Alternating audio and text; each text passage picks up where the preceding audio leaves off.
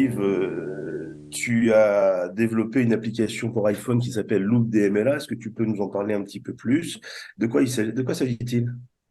Alors, il s'agit d'un outil pour les patients souffrant de DMLA ou leurs proches ou les professionnels de santé. C'est un outil qui fonctionne sur iPhone.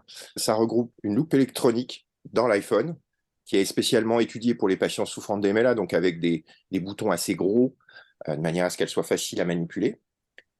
Et ça regroupe aussi un simulateur de vision pour montrer aux proches du patient euh, qu'est-ce que voit un patient souffrant de DMLA. Ok, tu pourrais nous le montrer ou tu nous le montreras tout à l'heure?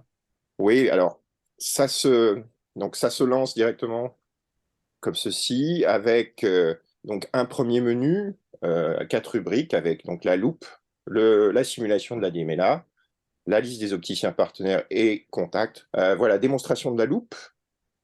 Donc je lance la loupe. Ça reprend toutes les fonctions d'une loupe électronique en fait, c'est-à-dire tu peux évidemment grossir les textes. Ça utilise les caméras de ton iPhone. Tu peux grossir les textes, tu peux changer les contrastes.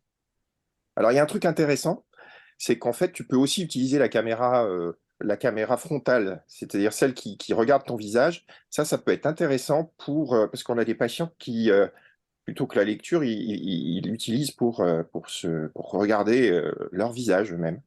Voilà, donc Pour se maquiller, pour se raser, par bah, exemple. voilà, c'est l'idée. C'est en fait, il y a la lecture et puis il y a aussi se voir à nouveau. Ça, c'est pour les patients. Ça permet de faire un test de loupe électronique à un patient assez rapidement. Ça permet de savoir si avec une loupe électronique, il arrive à lire quand même ou pas. Voilà. En tout cas, l'avantage de ça, c'est que ça permet très rapidement d'avoir une loupe électronique gratuite et qui fonctionne pour un patient et de savoir si ça lui apporte quelque chose, quoi. Et ça regroupe aussi un simulateur de vision pour montrer aux proches du patient euh, qu'est-ce que voit un patient souffrant de DMLA. Donc ça permet de répondre aux questions, d'expliquer un petit peu le mystère de la DMLA pour les proches des patients, parce que les proches comprennent pas forcément pourquoi un patient, par exemple, ne voit plus les petits détails devant lui, mais est quand même capable de voir une pièce de monnaie par terre. Donc voilà, le simulateur de vision qui fonctionne donc sur l'iPhone permet d'expliquer ce genre de choses. Oui, J'imagine nos collègues orthoptistes ou opticiens qui font des bilans basse vision ou des tests avant équipement, ça pourrait être effectivement un bon outil avant de décider et d'aller investir dans une loupe électronique ou se faire prêter ou de louer une loupe électronique. tout à fait.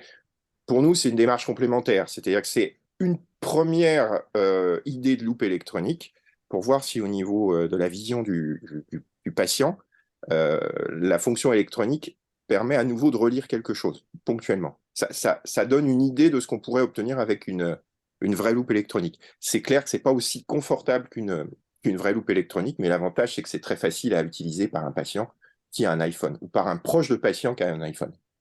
D'accord. Alors justement, c'est destiné aux patients, à leurs proches et aux professionnels de santé de la vision. Comment tu l'installes sur ton iPhone, ce test? Alors, pour l'instant, cette loupe DMLA, elle n'est pas disponible sur l'Apple Store. Elle est en ce qu'on appelle en bêta test chez nous. C'est-à-dire qu'on est en train de tester sur à peu près une centaine de personnes si tout fonctionne correctement. Et donc, ce que je te propose, en fait, c'est de l'installer en bêta test sur ton iPhone. Donc, pour cela, on a besoin de ton email que tu nous adresses sur contact@confortvisuel.com. Et quand on a ton email, on va t'envoyer un lien via le site d'Apple. On va t'envoyer un lien pour télécharger cette application sur ton iPhone en bêta test. Alors, c'est fait par le site d'Apple avec le maximum de sécurité et via un petit module qui s'appelle Test Flight chez Apple. Voilà. Donc, ça te permet, toi, de l'installer sur ton iPhone. Et puis après, bah, ça apparaît sous forme d'une icône que tu peux lancer. Comme c'est en bêta test, en fait, ça a une durée de fonctionnement de 60 jours. L'idée étant que aujourd'hui, en fait, l'objectif de cette application de l'MLA, c'est évidemment de la fournir gratuitement aux patients, aux proches et aux professionnels de santé. En fait, donc, une fois validé, on peut le publier sur l'Apple Store et on peut le publier sur le Google Play. c'est-à-dire Il sera aussi disponible pour Android, c'est ça que tu veux Voilà, tout dire. à fait. Pourquoi pour l'instant on se concentre sur l'iPhone? En clair, il y a quelques iPhones en circulation sur le marché aujourd'hui, alors que les appareils Android, il y en a plein de différents, de plein de marques. Et c'est plus facile pour un bêta-test de le faire sur iPhone, parce qu'on maîtrise un peu mieux le matériel sur lequel ça va être installé au début. Mais la technologie qu'on utilise, elle est déployable à la fois sur iPhone et sur Android.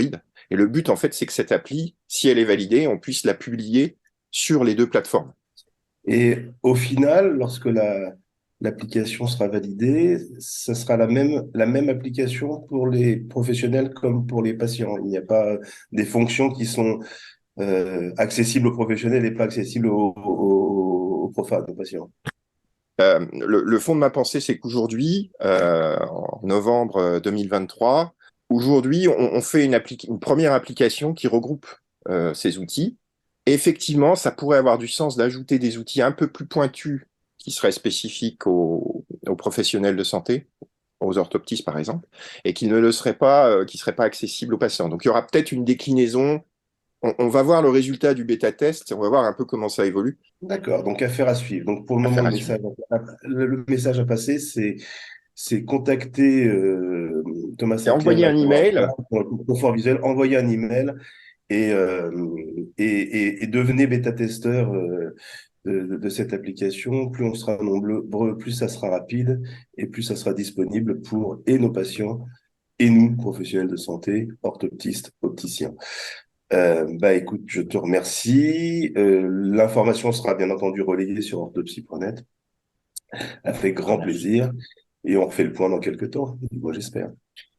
Avec plaisir. Bien, bah merci Yves et à très bientôt.